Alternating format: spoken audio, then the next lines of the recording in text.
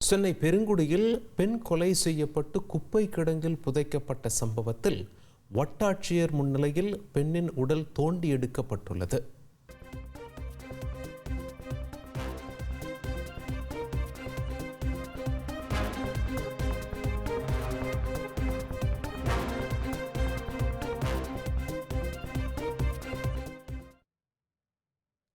இந்த சம்பவம் சென்னை பெருங்குடியில் மிகப்பெரிய அதிர்வலைகளை ஏற்படுத்தியுள்ளது.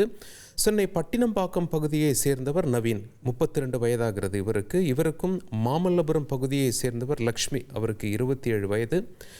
8 ஆண்டுகளுக்கு முன் திருமணம் நடந்தது. 2 மகன்கள், ஒரு மகள் உள்ளார்.